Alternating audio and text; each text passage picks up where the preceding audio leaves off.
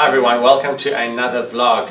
Today on a very rainy day, I'm inside the beautiful Early Childhood Centre with Dorothy Halverson, who is our director.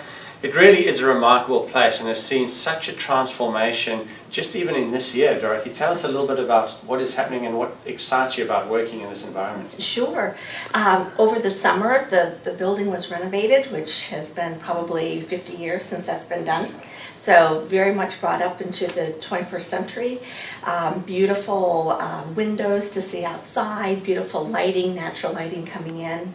I think one of the most exciting things was to move the preschool back into the preschool space so that the whole early childhood program is back together. It brings wonderful support to all classrooms from infants all the way up through age 5. Wonderful collaboration going on, and just new rejuvenated excitement for the program, and it's just been growing incredibly the last couple of years, which also brings wonderful excitement. It sure does. And tell us a little bit about the approach that we're taking now, because when we look around the classrooms, there's a lot of use of the natural environment. Absolutely. So it's called the Reggio-inspired approach, and it's really bringing the outside into your classroom. It's using the environment that's around you, and of course we're so blessed to have the outdoor space that we do have, the creeks, the chickens, the pony, and then just the woods. The kids spend almost an hour each day going out making collections and then bringing the collections back into the environment, their classroom environment,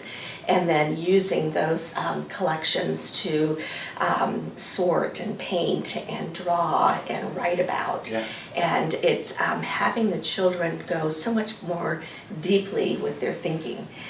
Here's what I saw, here's what I know about it, here's what I'm wondering about, and then the teachers document all that conversation, rich conversation, and so that's been really inspiring to see happen. Yeah, and it's wonderful to see, we see videos from the children, we see books that have been created and poetry, and this is all inspired by their kind of hands-on and deeply thoughtful approach. Exactly. We take the what inspires the children, and then we build from that. So it's not, oh, now it's October, we're going to bring out this magical kit that we like to use, but it's truly going by what is exciting for them, what they're noticing in their environment, and then how can we stretch that learning, how can we take it that much farther. And I think the dialogue that comes from that kind of work has just been incredible. The creativity that comes, the imagination, the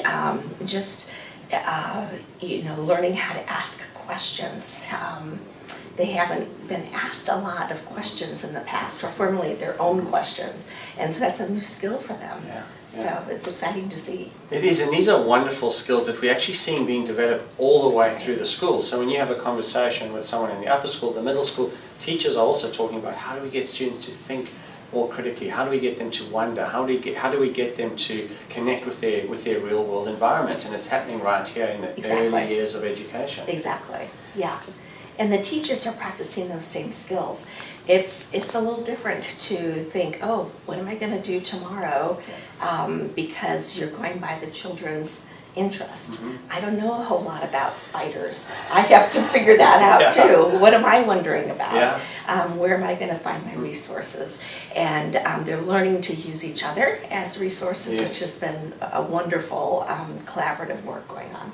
Yeah, and that teacher collaboration is so important, as we know. I mean, that's part of what makes a really strong school. Exactly. So, as we sum up, tell us a little bit about what that collaboration looks like amongst the teachers in the early childhood. I'll tell you, it's tricky because we have children from 7:30 in the morning until 6 o'clock at night. And so they really have to be very diligent in finding time during their day. They use every spare moment that they have to go into each other's classrooms, to invite. That's probably another new area is, I'm thinking about doing this.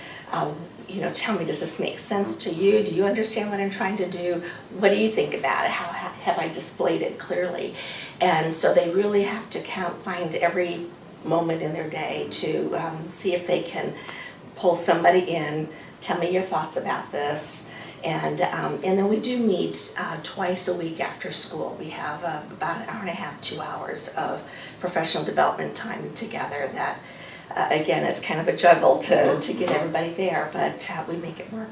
So it's just such an important part of teaching. Isn't it? Yeah. And again, we're seeing that going on throughout the school is these teachers building their sense of efficacy and collaboration so they can create a learning environment that's just fantastic for the students. Exactly, yeah.